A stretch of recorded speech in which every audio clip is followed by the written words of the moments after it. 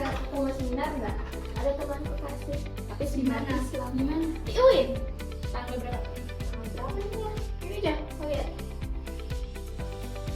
Oh, tentang ini keagamaan. Oh, mau dan tak ajak nanti Ini? Chelsea ah. Tanggal 3. Oke. Mau? Iya mau. Dapat nanti. Oke deh. Terima kasih ya. Oke. Mau pulang? Ya. Bye. Bye. Hati.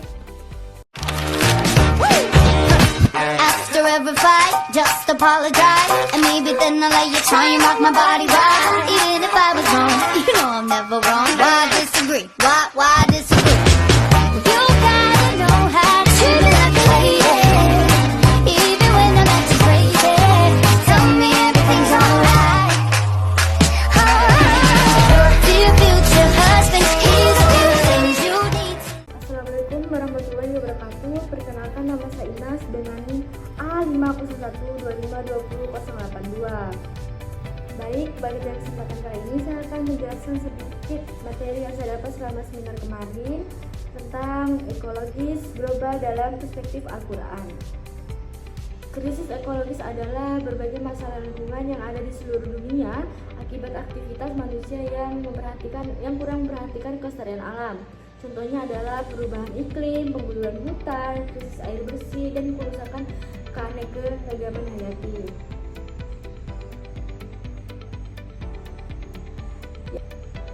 Yang pertama ada perubahan iklim. Perubahan iklim terjadi karena meningkatnya suhu bumi akibat polusi dan emisi gas rumah kaca.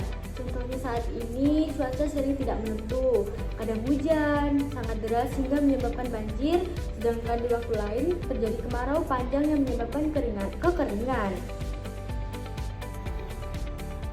Adapun yang kedua ada deforestasi atau penggundulan hutan.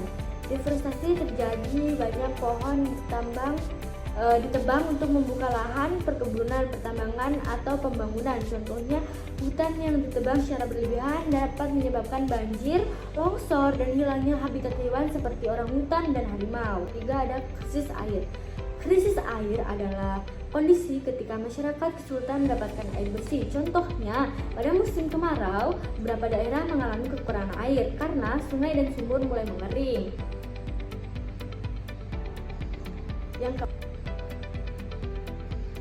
Yang keempat ada kerusakan biodiversitas atau keanekaragaman hayati. Hal ini terjadi karena jumlah tumbuhan dan hewan semakin berkurang, bahkan ada yang punah. Contohnya berkurangnya populasi orangutan akibat kerusakan hutan atau rusaknya terumbu karang akibat pencemaran laut. Baik, selanjutnya materi ini menjelaskan bahwa salah satu penyebab krisis ekologis adalah cara pandang manusia terhadap alam. Yang pertama ada antroposentrisme. Antroposentrisme adalah pandangan yang menganggap manusia sebagai pusat kehidupan dan alam hanya sebagai alat untuk memenuhi kebutuhan manusia. Contohnya, seorang menebang hutan secara besar-besaran demi keuntungan ekonomi tanpa memikirkan dampak bagi lingkungannya. Yang kedua ada rasionalitas instrumental, artinya manusia hanya melihat alam dari segi manfaat dan keuntungannya. Contohnya, perusahaan mengeksploitasikan sumber daya alam secara berlebihan untuk mendapatkan keuntungan tanpa memperhatikan kerusakan lingkungan yang ditimbulkan. Menurut perspektif Al-Quran, manusia tidak boleh melakukan alam secara sembarangan. Alam merupakan ciptaan Allah Subhanahu wa Ta'ala dan tanda kebesarannya. Oleh karena itu, manusia memiliki tanggung jawab untuk menjaga dan melestarikannya.